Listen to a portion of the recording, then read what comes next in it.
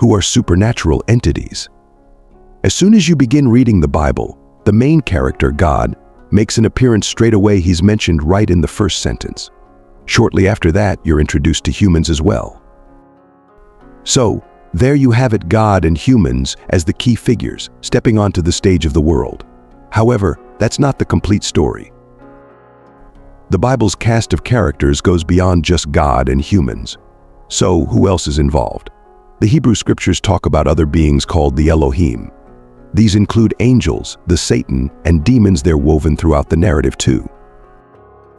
A lot of what people today believe about these entities is actually rooted in significant misconceptions.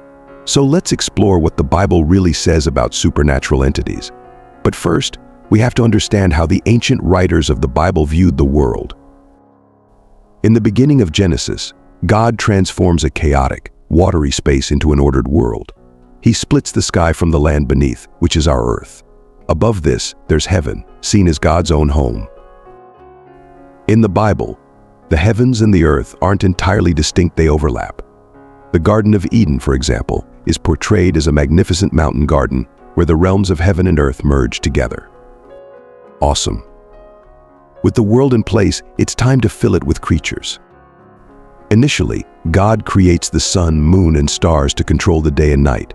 You might picture them as giant, burning spheres in the sky, but that's just one way to see them. To the Bible writers and ancient peoples, the sun, moon, and stars weren't just objects in the sky. They were considered living, heavenly entities. They viewed them as bright and dazzling, far above us. It feels unusual to us because we don't typically think of stars as alive. You might not see them that way, but for the Bible writers, the stars were a way to think about a supernatural world existing beside our own. This world is as distinct from ours as the sky is from the earth. In this supernatural realm, the entities have glowing, ethereal bodies. Nearly all ancient cultures, including the Israelites, saw the stars as gods. But the Bible explicitly states that these entities are not God. Instead, these entities were considered representations of God. Their radiance and significance echoed God's own greatness and authority, and they were designed to fulfill His purposes. So the stars were seen as God's celestial assistants. Got it. Now let's rewind a bit. After God created the heavenly entities, He also created a new type of creature, humans. In Hebrew, they're named Adam, which is similar to the word for dirt, reflecting their origins.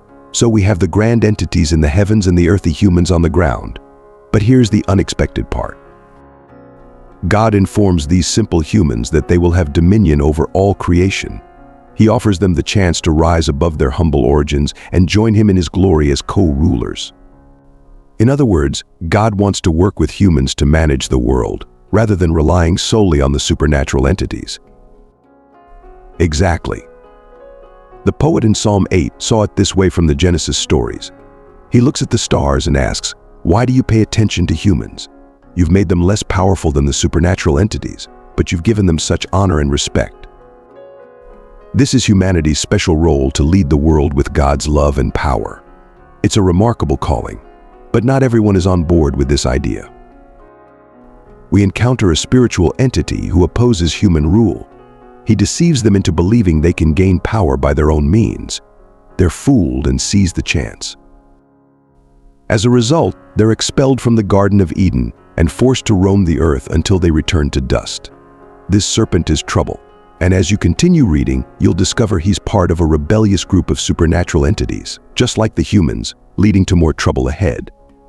Humans continue to seek control, so they embark on a new venture. The Bible calls this Babylon. It stands in contrast to Eden, where human and supernatural rebels collaborate to restore their lost power and status. Now we've got the full lineup of characters in the Bible's story: God, humans, and supernatural entities. That's exactly it.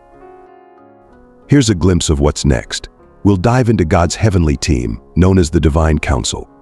Then, we'll explore the roles of angels and cherubim, who play important parts in the supernatural world.